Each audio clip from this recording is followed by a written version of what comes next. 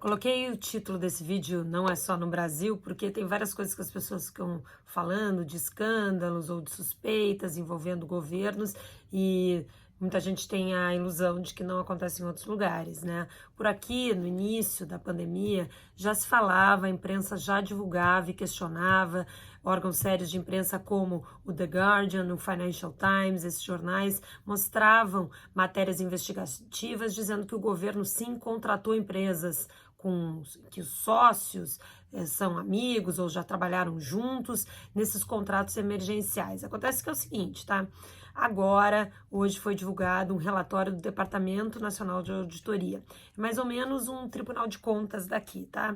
Então, o governo do Reino Unido fez contratos emergenciais durante essa pandemia sem licitação, o que não era ilegal, porque numa situação como esta, que se vivia naquele momento, sim, ela estava previsto em lei e precisavam ser feitos esses contratos rapidamente, tá?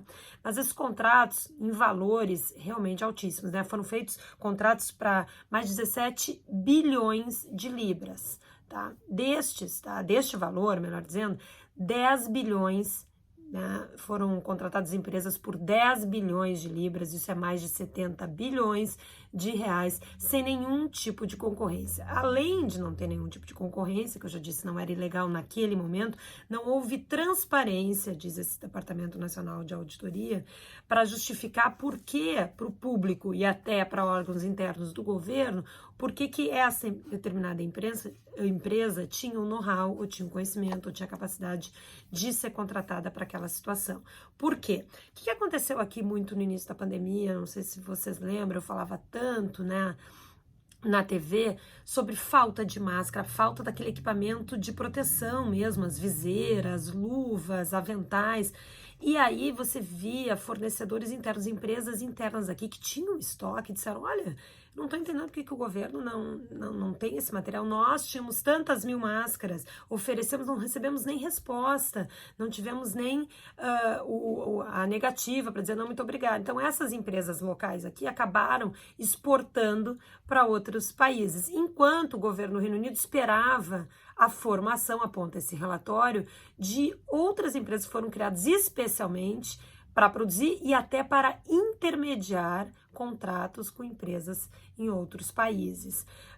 Ainda é um relatório apenas, né, apontando essa falta de transparência, né, e mais conflitos de interesse, mas tem casos, né, com detalhes de empresas, por exemplo, uma empresa foi contratada na área de comunicação, por uma estratégia de comunicação do governo durante a pandemia, trabalhou na campanha de Boris Johnson durante a eleição, né, na última eleição de dezembro passado. No mínimo, há um conflito aí de interesse ou a necessidade de uma transparência maior, porque, nossa, eram realmente muito ligados. Há outros casos de empresas que foram empresas que foram formadas especialmente para prestar esses serviços emergenciais para o governo, e os sócios já tinham, ou são amigos, ou já tinham trabalhado em como outros prestadores de serviço para ministros do governo e parlamentares da bancada do Partido Conservador. A oposição não deve deixar isso passar mesmo, a expectativa de uma investigação formal, agora num processo, ser aberto, e os valores são altíssimos, sendo que, claro, isso é uma grande pressão, porque você tem alguns setores, como as artes, né? Algumas categorias de freelancers que trabalham na indústria do entretenimento, que de todos esses programas que o governo colocou de benefício para os trabalhadores durante a pandemia, nesses momentos de lockdown, nós estamos vivendo o segundo lockdown, não conseguiram se encaixar em nenhuma dessas categorias, né? Então, o que é um grande questionamento aqui? É que essas pessoas pagam imposto, né? Por que elas não têm direito a um benefício e algumas categorias estão recebendo pela segunda, terceira vez? Claro, aí o governo vai dizer, olha, nós temos que fazer escolhas, o que vai movimentar mais a economia, o que representa mais, mas se todos contribuímos para mesmo caixa para um bem maior, na hora do governo auxiliar, quem também contribuiu muitos anos não teria direito? Bom, são N críticas que estão sendo feitas, porque é assim agora o momento que o governo começa a dizer, olha, nós estamos com um déficit incrível, ninguém foi mais generoso, ou teve esses contratos, né, ou emprestou dinheiro, né, nesses empréstimos emergenciais para pequenas empresas e médias empresas, como o governo do Reino Unido, mas agora, claro, tudo tem um limite e a gente está começando a rever algumas medidas. Aí vem essa divulgação desses contratos bilionários para empresas que realmente, olha, se for comparado, é algo que ainda vai dar muita repercussão por aqui, é considerado já um dos grandes escândalos de governos conservadores. Vamos ver como é que vai evoluir essa investigação. O que o governo, depois da divulgação desse relatório, está se defendendo, né? Até eu acho que é isso que é um pouco preocupante. A defesa é muito fraca, né? E pouco apaixonada, eu diria, né? O governo só apenas disse o seguinte, um dos ministros, olha, a gente estava num momento de grande pressão e tínhamos que agir rapidamente e tivemos que contratar ali as pessoas mais próximas, né? Foram os contatos que tinham, né?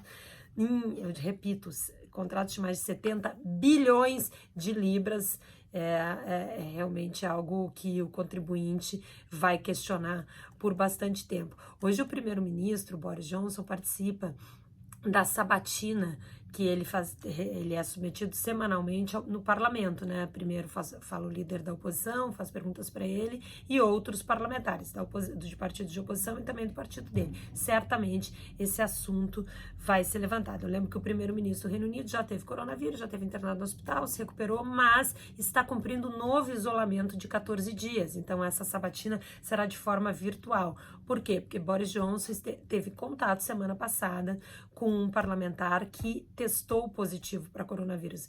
Não interessa se você já teve ou não o coronavírus, a orientação do NHS, o sistema público de saúde daqui é que você tem que cumprir novamente isolamento.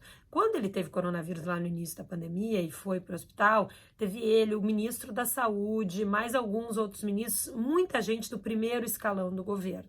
Agora você vê, Boris Johnson não tem coronavírus de novo, ele já testou negativo, inclusive, mas tem que cumprir esse isolamento.